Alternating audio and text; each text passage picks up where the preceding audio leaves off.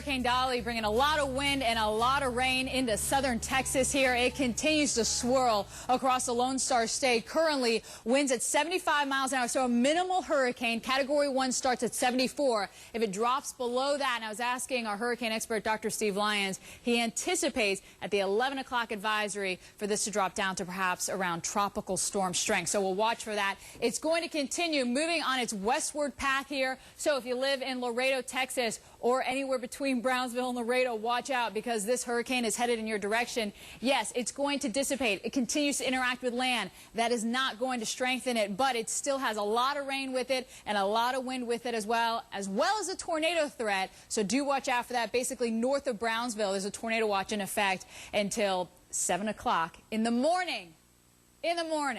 Now, let's talk about some of the rain and that severe weather threat as well. Here's a look at some of the rain totals. But what I need to tell you is Harlingen stopped reporting. It has been such bad weather there. There are reports of 2 feet of water in downtown Harlingen. At one point, the rain was coming down at about 5 inches an hour. And you usually see that in a whole month, 5 inches an hour. Also into Brownsville, a record for the day. This, of course, this is going to go up after all is said and done. You can see the rain is still coming into Brownsville. We actually are set a record for the month as well, not only the day, over 11 inches of rain. Now, this is one of the biggest killers, if not the biggest killer, is inland flooding. So let's go to our Mike Bettis, who showed us that the streets were flooded. Mike, what's worse, the flooding or the wind damage there? Well, at this point, probably South Texas, it's the flooding. We've got some high water in some of the roadways here and some of the intersections, but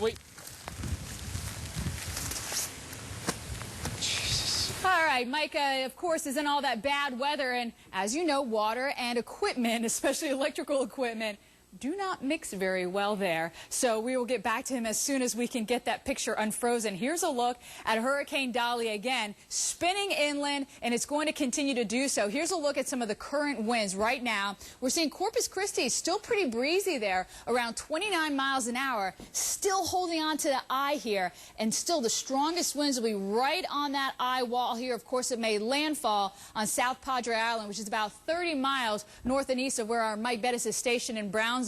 And it seems that the equipment has dried out and has cooperated a little bit with you, Mike. It happens, you know? I mean, everyone knows electricity and water don't mix. Yeah, they don't mix at all. But we're back up here, Steph, and you were asking about, what was worse, the wind damage, the flooding. I think it's a combination of both, and we've got both here in Brownsville because we've got a little bit of water here at some of the intersections. But if you look up here across the intersection, you also see some big trees that have been downed as well. So we've got a combination of both. But one area of Brownsville, I wouldn't say particularly hard hit, but one area that was Harlingen. That is just north of Brownsville, and they're still dealing with some pretty rough conditions. We just sent a crew up there. They just came back and brought some video, and I want to share the pictures with you because, Steph, you were alluding to reports of feet of water in downtown. We can confirm that because there's water all over the place in Harlingen.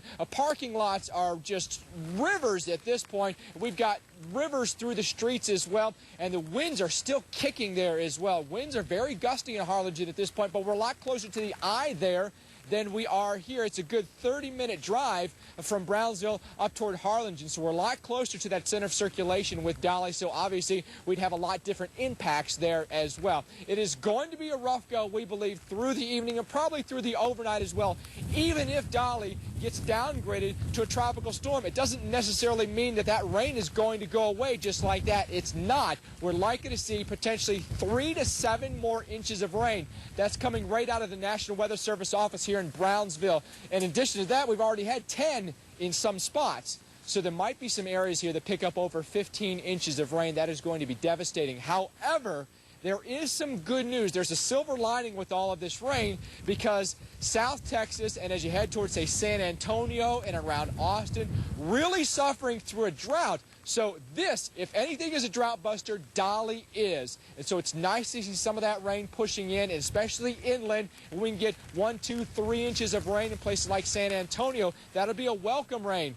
15 inches of rain, Stephanie, is not a welcome rain, and it's unfortunately got dire consequences. That's playing out right now in places like Harlingen. I mean, those pictures absolutely amazing. Not all at one time. Mike, we most certainly appreciate it. We'll check back with you in a minute, but we have other severe weather.